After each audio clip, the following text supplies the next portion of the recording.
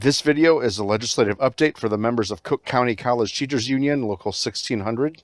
My goal here is to touch on some of the key issues that we're watching in Springfield in the fall of 2024. But before I get too deeply into any issues, let's talk a little bit about how things look across the state of Illinois politically. First off, we're now entering the post-COVID phase, and this really has impact in terms of finances for the state. The influx of federal dollars have mostly dried up. And additionally, the extra tax revenue from online purchases that was sort of a windfall for the state is now gone. This exacerbates the fact that the fair tax amendment from several years ago failed, so the tax structure remains pretty antiquated compared to states of similar size. It's no surprise right now, right, that we are in an era of the post-Madigan time period. So the Democratic Party, even though there is often criticized as having one party rule, what we're actually seeing is different factions within the Democratic Party jockeying, debating, working together often, but also representing different interests in the state. So there's the Progressive Caucus, the Moderate Caucus, the Black Caucus, the Latino Caucus.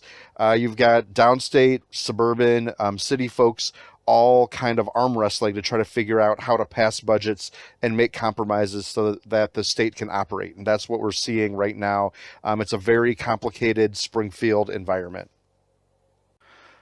With that being said, there's actually some good news for the state of Illinois in terms of finances.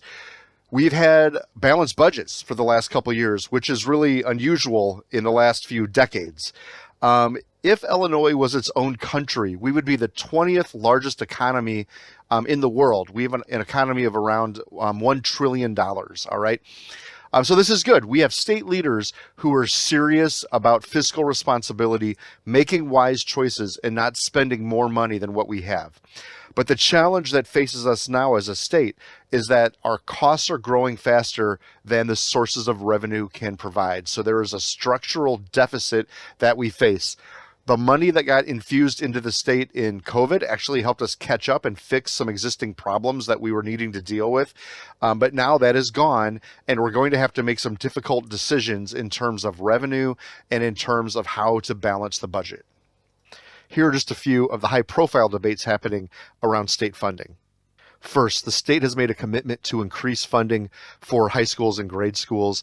The evidence-based funding model is intended to look at need, look at equity, and bump up the amount of money each year so the state is not jumping in and funding everything all at once, but every year doing a little better, a little better, a little better. So you can see here in fiscal year 2019, we were at $6.8 billion from the state. For 2025, it has gone up to $8.6 billion from the state. Another needed reform is pension reform, which I'll talk about a little bit later. This impacts our members. There's all kinds of debates happening around infrastructure. You've probably heard there's committee hearings coming up looking at public transportation and looking especially at the regional transportation issues for Chicagoland and consolidating the different agencies maybe into one agency. There's a debate about that, but that needs money and funding to come along with it. We're looking at driving innovation in quantum computing at the old U.S. Steel Southworks on the southeast side of the city. That is a funding commitment from the state of Illinois. And there really are many, many other needs in terms of human services, in terms of roads and infrastructure that are going on out there. This brings us to our first legislative priority for Local 1600, which is higher education funding. Higher ed in Illinois is drastically underfunded. If we go back to the year 2000, the state was funding higher ed at around $2 billion. If we just kept that up with inflation, didn't even ask for any additional money, it just kept it even, but it increased it with inflation, the state would need to be contributing $4.5 billion in this current budget year. But in the FY25 budget, they're only contributing around $2.5 billion. So we are roughly $2 billion underfunded from where we should be, $1.87 billion underfunded if we just would have kept even from the year 2000. And if we went back in time to the year 2000, I don't think anybody would have said we were overfunding higher ed back in those times. Another way to look at it is around 2003, the state covered about 74% of the cost of attending college for across all of Illinois. Today, the state of Illinois, or with the most recent numbers in 2022, the state covers around 35%. That's an estimate of we really would need about $1.2 billion to get higher ed up to what the state should be paying to come back to that 74% level. And it's important for us to remember that when the state does not fund higher ed at the levels it should, it impacts students. Funding goes down from the state, tuition goes up because tuition is the only revenue item that our colleges control. And we're starting to see the real world impact of this underfunding. This is just one example from Western Illinois University. They, of course, are not part of Local 1600, but they are part of IFT, so they are part of our larger union, our statewide federation. 89 faculty members were laid off due to the budget not being able to keep up with where things are. It's a very complicated picture, but there is no doubt that if the state had kept up its side of funding, this would be not such a drastic cut. We've seen other issues. We've seen strikes at Chicago State, Northeastern. We're seeing pressures at Northern Illinois. This is an issue that is starting to spread across all of our institutions, and it is something that needs to be addressed. But the sort of good news out of all of this is that our legislators are starting to recognize how underfunded higher ed is and how this underfunding is having these negative consequences. So there's been work to be done coming out of the Senate and the House in Springfield, looking at more equitable ways to distribute funds to the universities. There's a committee that's looking at this, trying to figure out how to increase funding and consider different avenues than just like a per student ratio to distribute that funding out to universities.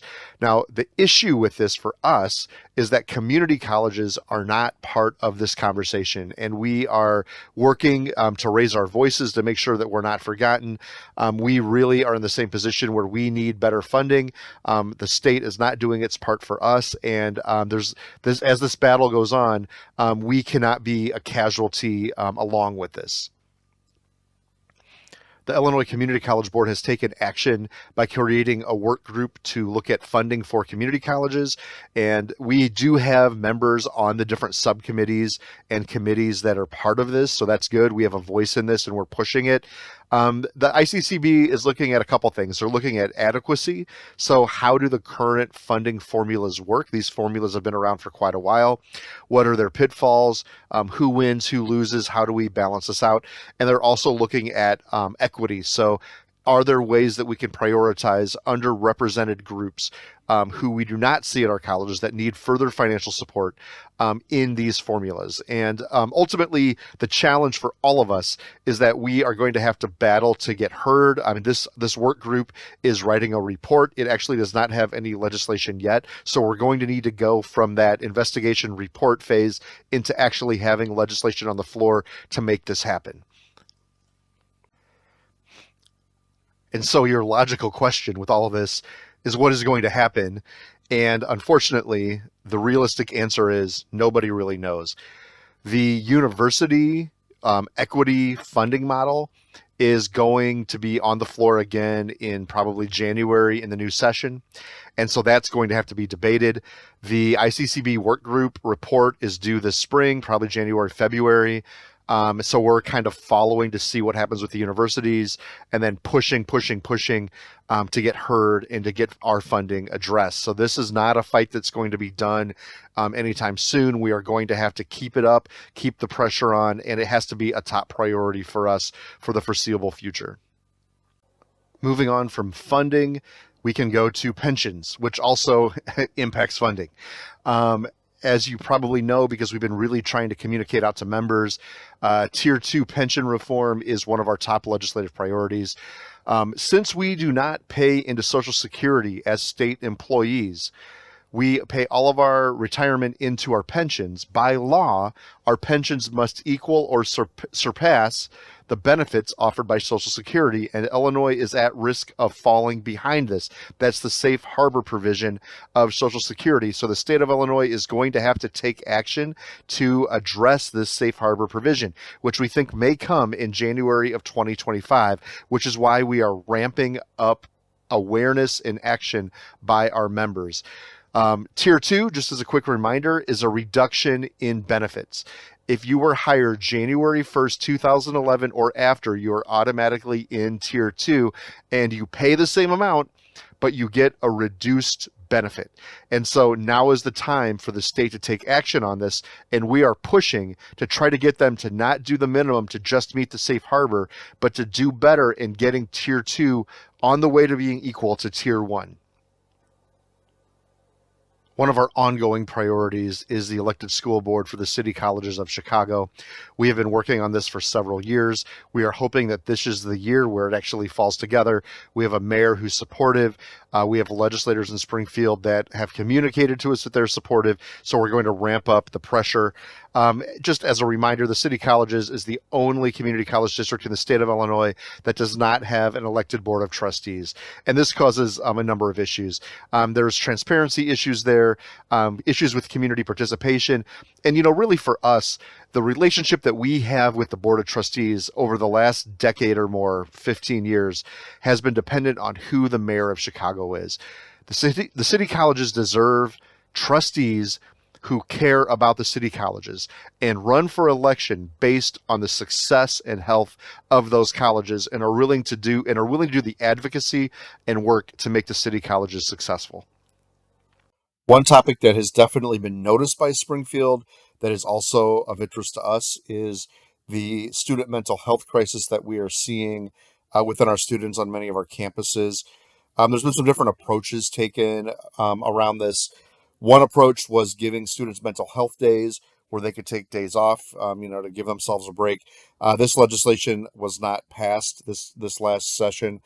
Another piece of legislation that was passed that's had some impact that we've supported is the Mental Health Early Action on Campus Act, which provided a lower level but some level of funding for our campuses to support student mental health.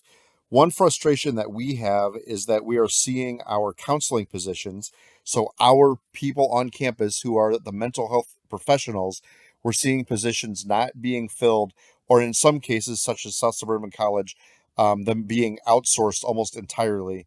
And so we are in conversations about legislation that might help push this, especially with the Funding Act, push this in the right direction to help support our professionals who are on our campuses. Another priority involves giving more autonomy to our colleges and faculty around developmental education. In 2021, the state changed the laws that impacted how our curricula looked. Concerning developmental ed. Their goal was to get students through developmental ed faster, and in some ways that has worked, but we're starting to see some negative outcomes. This law impacted how students are placed in courses. It also emphasized co-rec courses, so students, instead of taking developmental ed, they would take a transfer level course and then be in a 1-credit kind of study course along with it. These were major changes, and our faculty are communicating requests and needs to adjust that law. And now we are trying to advocate and be a voice so that our legislators can hear how that can change and what that might look like. This is a hard fight. There are people standing up against us that want to try to condense higher ed over funding and things like that. And so this is definitely going to be a tough one, but it remains a priority and a fight that we are in the middle of. Issues related to artificial intelligence is something else we're in discussions with our partners in Springfield. There's going to be a range of ways that artificial intelligence is and will impact our campuses. One thing that we're looking at is a model bill from California where there is a requirement that community colleges can only award credit with human oversight. So artificial intelligence cannot be used as a replacement for faculty members in the classroom. Along with this, there's some potential for some training grants to help other areas of the college maybe faculty areas, figure out how AI may impact their areas, maybe to utilize it, maybe to also figure out what works, what doesn't work. And also, there's a potential to create curricula that goes across different disciplines in light of AI. Some of that is still under conversation, and we'll be pulling in different members across our union to be part of these conversations. These are examples of some of our upcoming priorities that we're going to be watching and working on. Definitely not everything. We're always on the lookout, playing defense if things come at us that we think are going to be detrimental. And also when legislators bring us ideas that we think will be good, we're always ready to try to jump on those. But I think you can see just from these examples that the legislation in Springfield impacts our colleges at all kinds of levels. We are going to try to work on these with the partners and allies that we build and have built over the years. It's a challenging environment, no doubt. The budget is really tight, and that will limit potentials that are out there in front of us. Also, there's only so much capacity for legislators to focus in, and so we're trying to always be in the mix. To get in the conversations, to have hearings on issues that matter to us so we can get that focus to move things forward. It is our job as union members to be that voice for these issues. We need to speak up. There are many issues, and many of the issues that I've just outlined, if it wasn't for us, no one would be talking about them. So we need to push them forward. And I have to remind everyone that the way that this happens is through COPE. COPE is our political fund. It is separate from your union dues. Without COPE, we do not have the resources we need in terms of sending people to Springfield, of doing mailings, of paying phone bankers, of just doing basic outreach. COPE is the infrastructure that makes that happen. So as always, I want to invite all of our members to be part of COPE. It keeps us strong and it pushes us forward in terms of making legislative change in our state. If you have made it this far into the video, let me say thank you for your attention and for watching. If you have questions on any of these issues, you can feel free to drop me an email. If you have additional topics that you think we should consider and bring to the legislative committee, feel free to drop me a line. I look forward to the conversations, and I look forward to working with you in making these changes possible. Thank you.